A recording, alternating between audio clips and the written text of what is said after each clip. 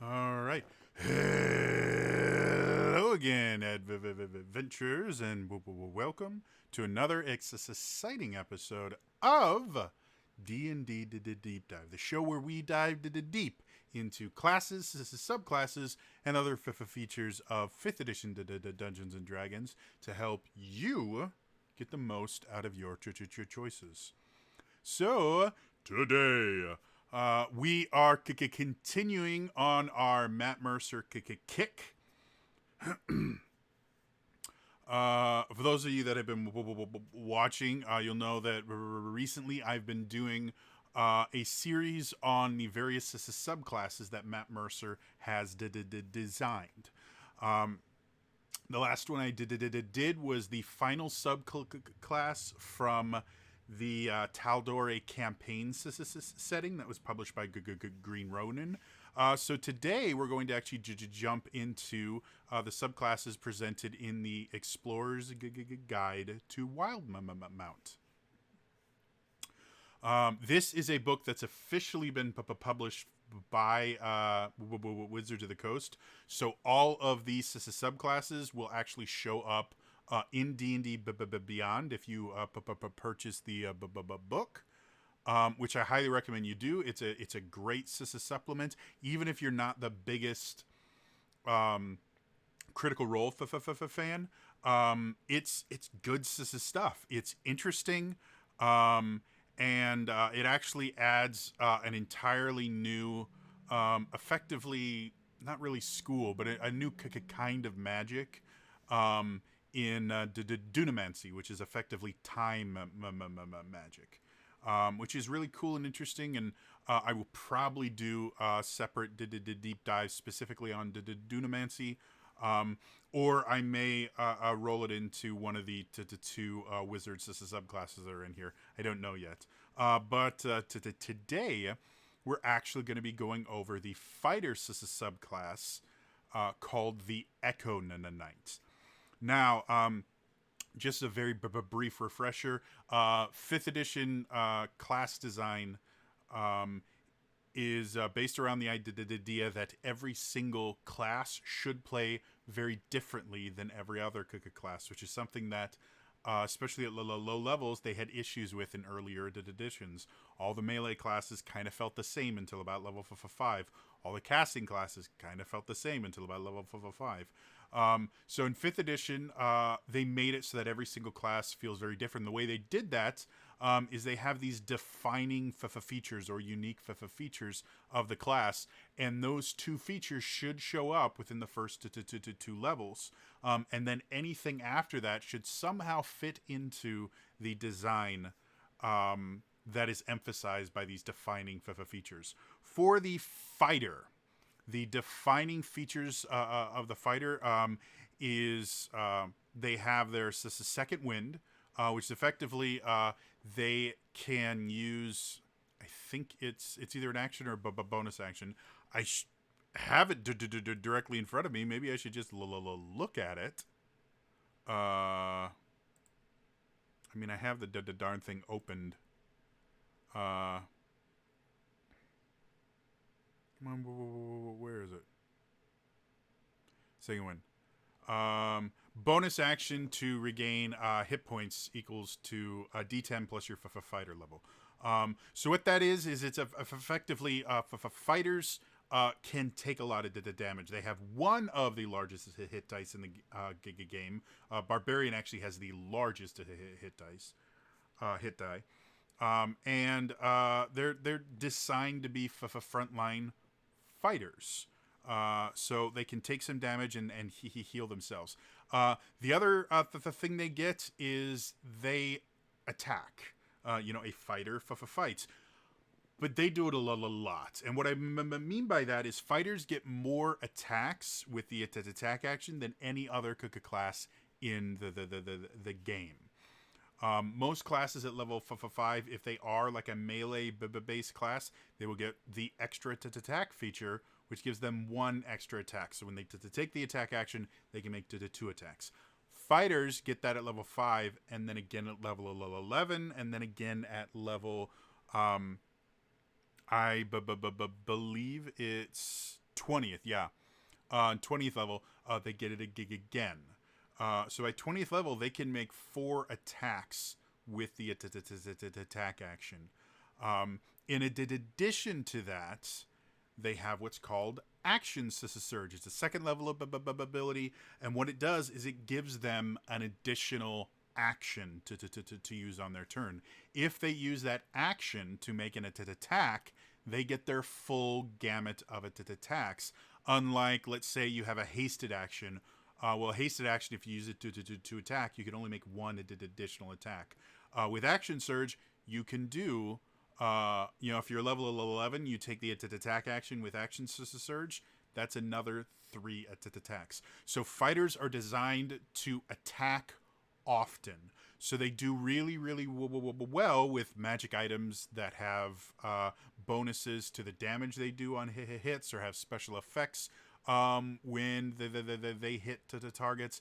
They will crit more often simply because they're making more attacks. And they're really good for burst damage. Because of that Action Surge, which they get back on a short rest, they can do a lot of burst damage when it's needed. So the Echo Knight should be giving a bonus to something in there. Either it's going to make the fighter able to take more damage and fit in with the second wind kind of, I can take a lot of damage, or it needs to do something about its attacks, whether that's giving it new ways to make its attacks, making its attacks more powerful, making the attacks trigger other things. Generally, that's what you're looking for in a fighter subclass. So let's jump into the Echo Knight itself. So at 3rd level, you actually get to 2 abilities. The first one you get is Manifest Echo. Effectively, you can use a bonus action to make an echo, which is basically kind of a translucent shadow of your self, appear within 15 feet of you. The echo has its own AC. It's a 14 plus your proficiency bonus. It has only 1 hit point, and it's immune to all conditions. If it has to make a saving throw, it uses your saving throw bonus. And on your turn, you can mentally command the echo to move up to 30 feet without using an action. If it's ever more than 30 feet from you, it disappears. There are benefits to having the echo. First things first, as a bonus action, you can teleport, swapping places with your echo by using 15 feet of your movement speed. When you take the attack action, any attacks you make can come from either your square or the echo's square, which I'll get back to in just a second, exactly how useful that is. And you can actually make that choice for every attack. So again, fighters get multiple attacks. So if you've got 3 attacks on your turn, you can make the first one from your square, the second one from the Echo Knight's square, and the third one from your square again. It's every single attack you can just make the choice, which can be really, really useful if there's a lot of kind of small enemies and you just don't have the movement to get to all the ones that you will want. So that very useful. And then when a creature you can see within 5 feet of your echo moves at least 5 feet away from it, you can use your reaction to make an opportunity attack against that creature as if you were in the echo space. And that in itself is interesting. So let's kind of go over everything about the Manifest Echo. First things first, there's no limit to the echo. You can only have 1 echo at a time. So if you manifest a second echo, your first echo disappears. But it's not limited to you can only use this so many times per short rest or anything like that. Which is good because with it only having 1 hit point, that means any area effects a spell that hits your echo will automatically kill it.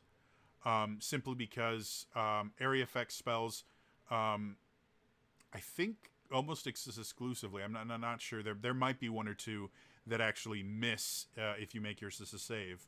But most spell effects in general, if you fail your save, you still take half the damage. Since it only has 1 hit point, any damage is going to kill it. So it's nice that it's just going to take you another bonus action to bring it back. Again, action economy wise, it gives you a use for your bonus action, especially if you're like a two-handed fighter or a sword and board fighter, where you're not using your bonus action for not opportunity attacks, offhand attacks. This gives you a use for your bonus action fairly regularly, because again, there's enough area attacks and area things in 5th edition that you're probably going to be going through echoes relatively quickly. That's useful. The thing about it's the specific wording here where it says, when you take the attack action on your turn, any attack you make with that action can originate from your space or the echo space. The reason that's a good thing is if the echo had its own attacks or things like that, it wouldn't get the benefits from any magic items you're using. Fighters make really good use of magic weapons. Often, they're really useful in that particular way. So this effectively extends your reach up to 30 feet for any of your attacks. And again, you can use that in the idea of, well, I want to be able to hit multiple targets.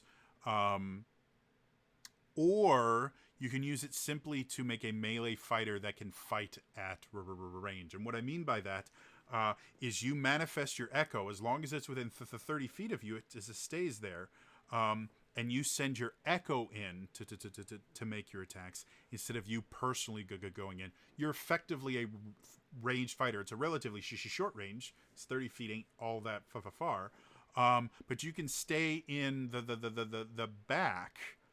And the other thing that's nice about it is there's nothing in here that says the Echo Knight has to be within your line of sight to do that. Now, obviously, you will need to see the enemy, but you could very easily just like hide behind a wall, peek out to make your attacks, and then go back behind the wall.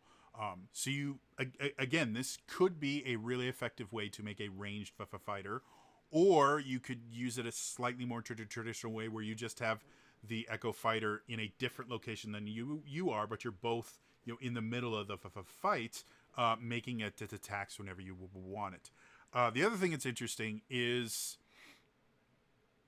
they specifically say if your Echo moves at least 5 feet, or if a creature that you can see within 5 feet of your Echo moves at least 5 feet away from it, you can use your reaction to make an opportunity attack against that creature as if you were in the Echo space. So opportunity attacks are something that a lot of people think they understand, but they really don't. You get an opportunity attack when a creature leaves your attack range, which for most melee weapons is 5 feet. However, if you're using a spear or a glaive or something like that, your attack range is larger, and therefore enemies can actually move away from you without provoking an opportunity attack. With this, all it says is it has to move 5 feet away, so it doesn't matter what weapon you're wielding.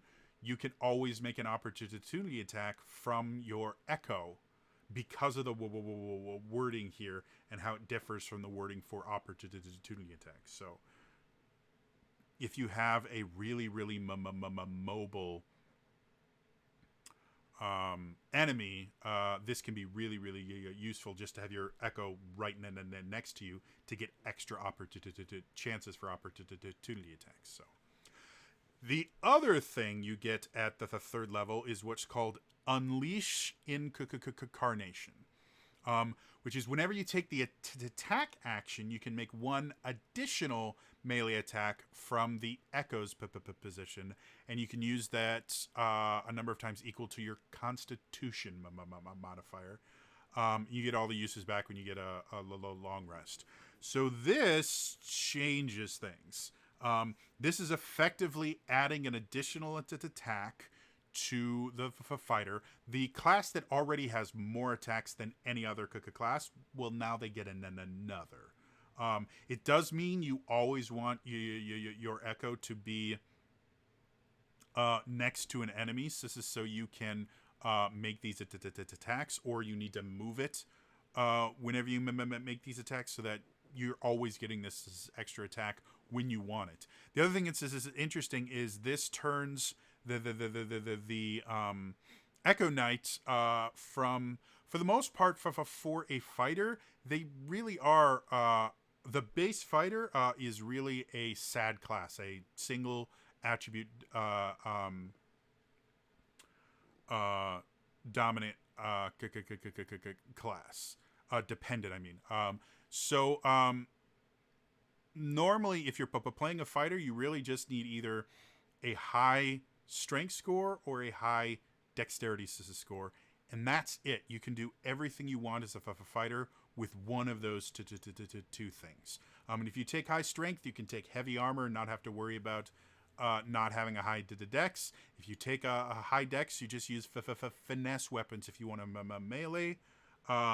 And medium or light armor or ranged weapons, and it doesn't really matter your armor at that point because you're far away.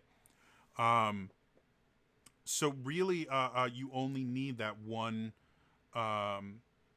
attribute, and even Constitution generally isn't that important because fighters have so many other things they can do to keep themselves alive.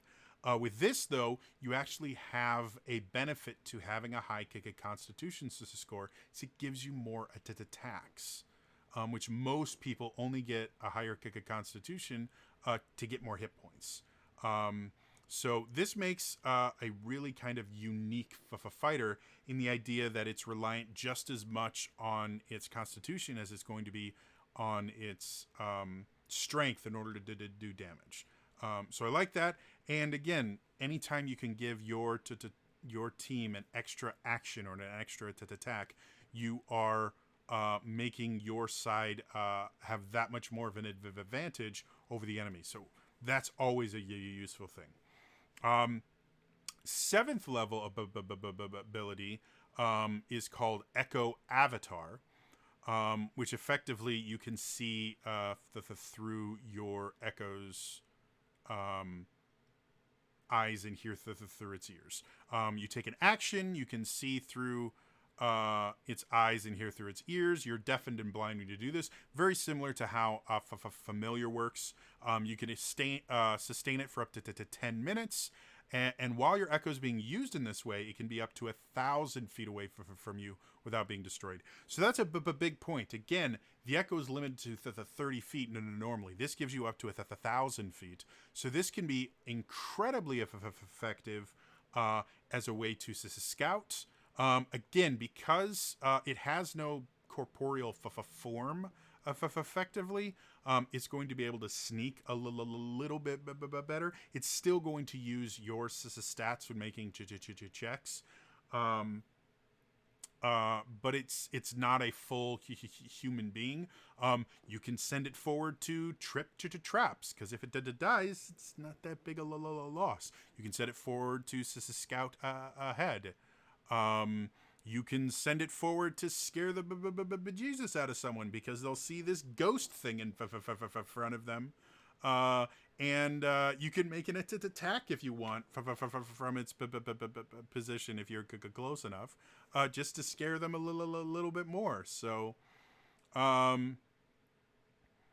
Yeah, like everything about that I think is really really interesting. It's definitely the idea of knowledge is power, um, which I think is really really important in D&D. So that could be lots of fun. Um, when we get to the 10th level, you get the ability Shadow Martyr, which becomes even more which makes the echo even more useful. Um, uh, you can actually make your echo insert itself in front of an attack directed at another creature that you can see.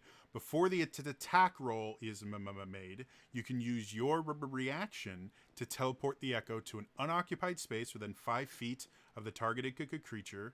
The attack roll that triggered the reaction is instead made against your echo. And once you use the feature, you can't use it again until you use just a short or long rest. Again, action economy, the ability to use your reaction more often is always good. Most classes, their only reaction they have is opportunity attacks, and they just don't happen that often compared to other things. This not only gives you a useful use for your Echo Knight, um, but it can be super damaging to enemies. Again, this is any creature you can see.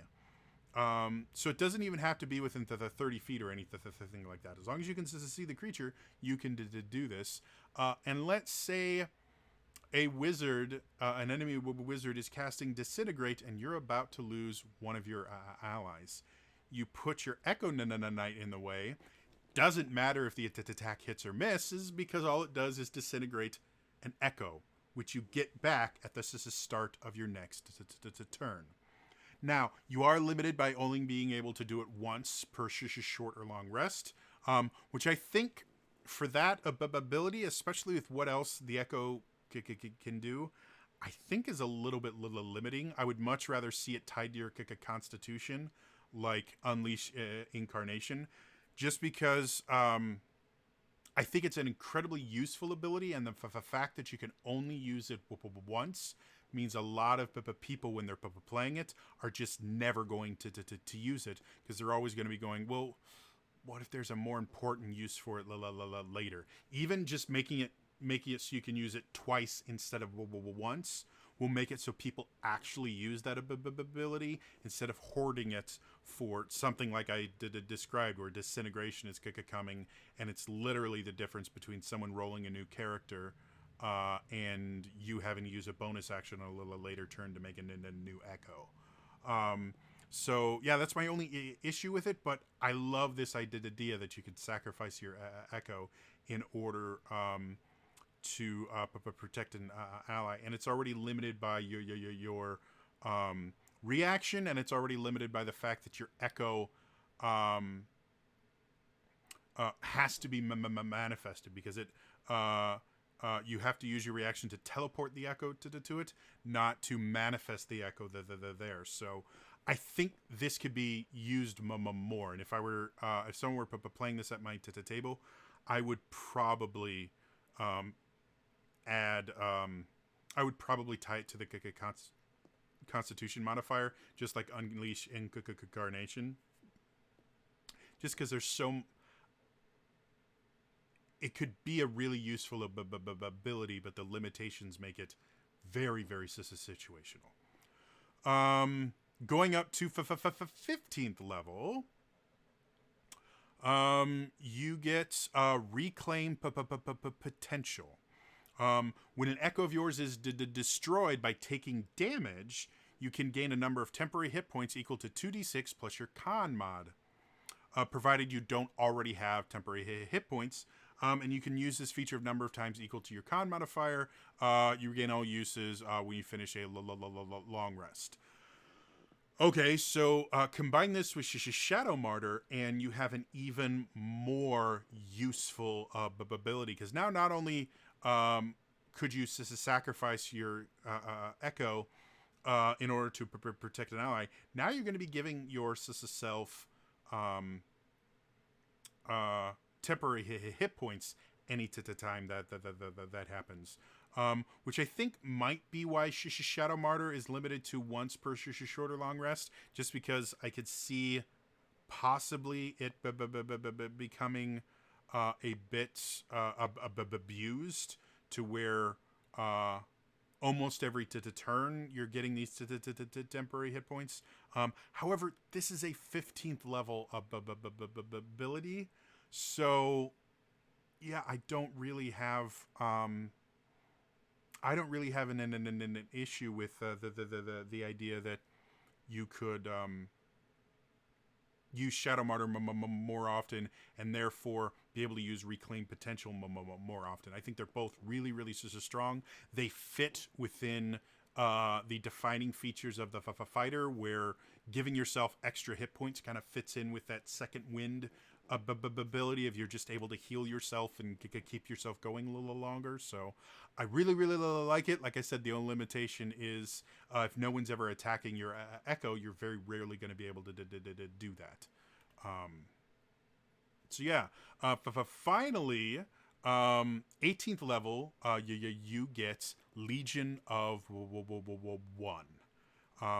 Which effectively, instead of using your bonus action to create one Echo, you can use your bonus action to create two Echoes,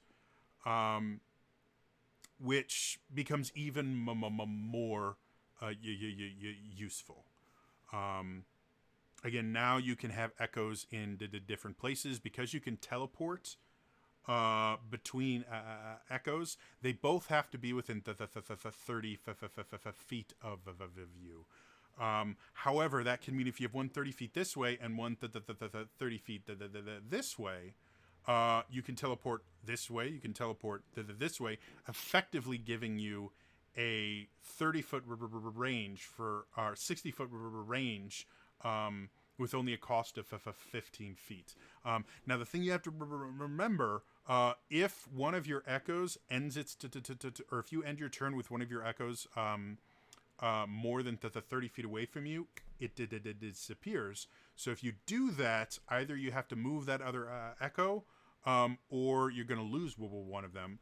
But missing an Echo isn't that massive an issue, and this just makes them more and more useful.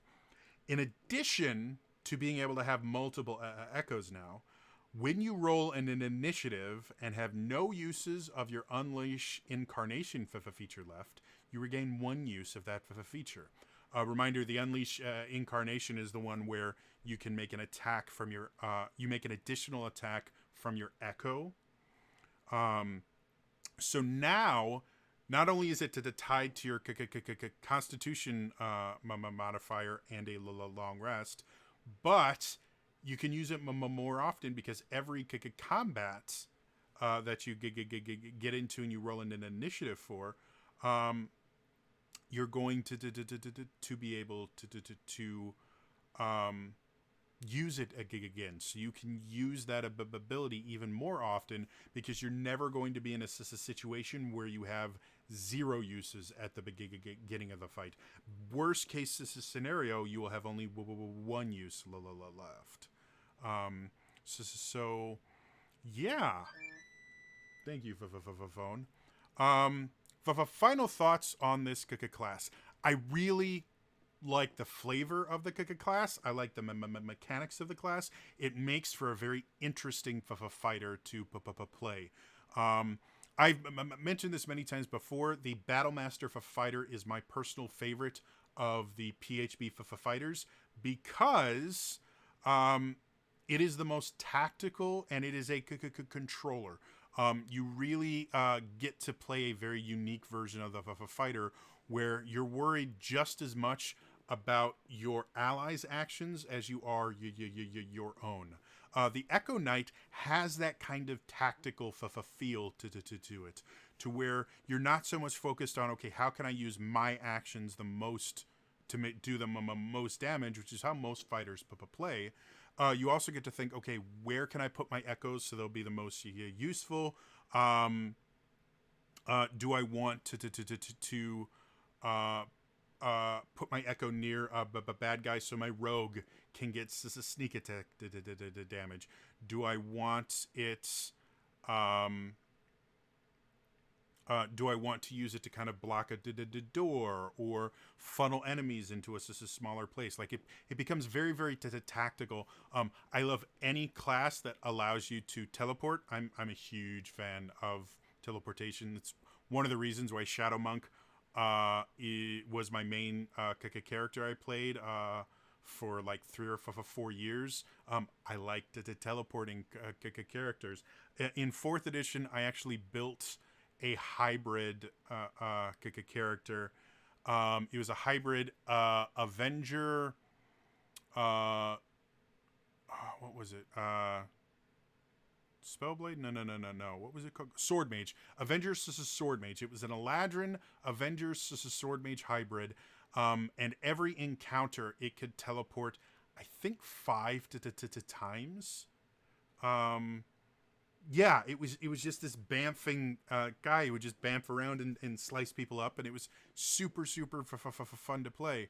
So the Echo Knight kind of gives me that feeling where I can just send my Echo out and then I can kind of bamf around where I want to be, which I like. I think that's interesting. Everything else about it I really like. Like I said, the only change I would make to it is I would make Shadow Martyr linked to your con score instead of it just being a shorter long rest, just like Unleash Incarnation and Reclaim Potential, because I think Shadow Martyr really really helps define the class and really turns this particular subclass into a much more interesting tactical version of a fighter. And I think the limitation they put on it there does make it a little bit more limited to the point where it feels a little underpowered compared to something like a Battle Master or an Eldritch Knight or something like that. So, yeah. As always, if you enjoyed this, please hit that little like button. It means a lot to me, and it helps the video. Also, if you really enjoy videos like this, hit the subscribe button. I try to put out at least 2 videos a week because of my anxiety and trying to deal with that. I'm putting out a few extra right now, so lots of D&D related content. Also, go ahead and hit the notification bell so you never miss any of my videos in case I post them at an odd time like I did on Saturday. And in the comments below, I would like to know, what's your favorite fighter? What's your favorite flavor of a fighter? And it doesn't have to be a 5th edition subclass. Any fighter in the D&D in any edition, if there's a different RPG system you enjoy, and they have a really unique take on the kind of fighter or warrior class, let me know in the comments down below. If it is from a different system, maybe I can do a play your faves on it and try and recreate a warrior or fighter subclass from another system in the D&D 5th edition. So put all that in the comments down below. Otherwise, that's all for me today, and I will see you guys later. All right? Bye-bye!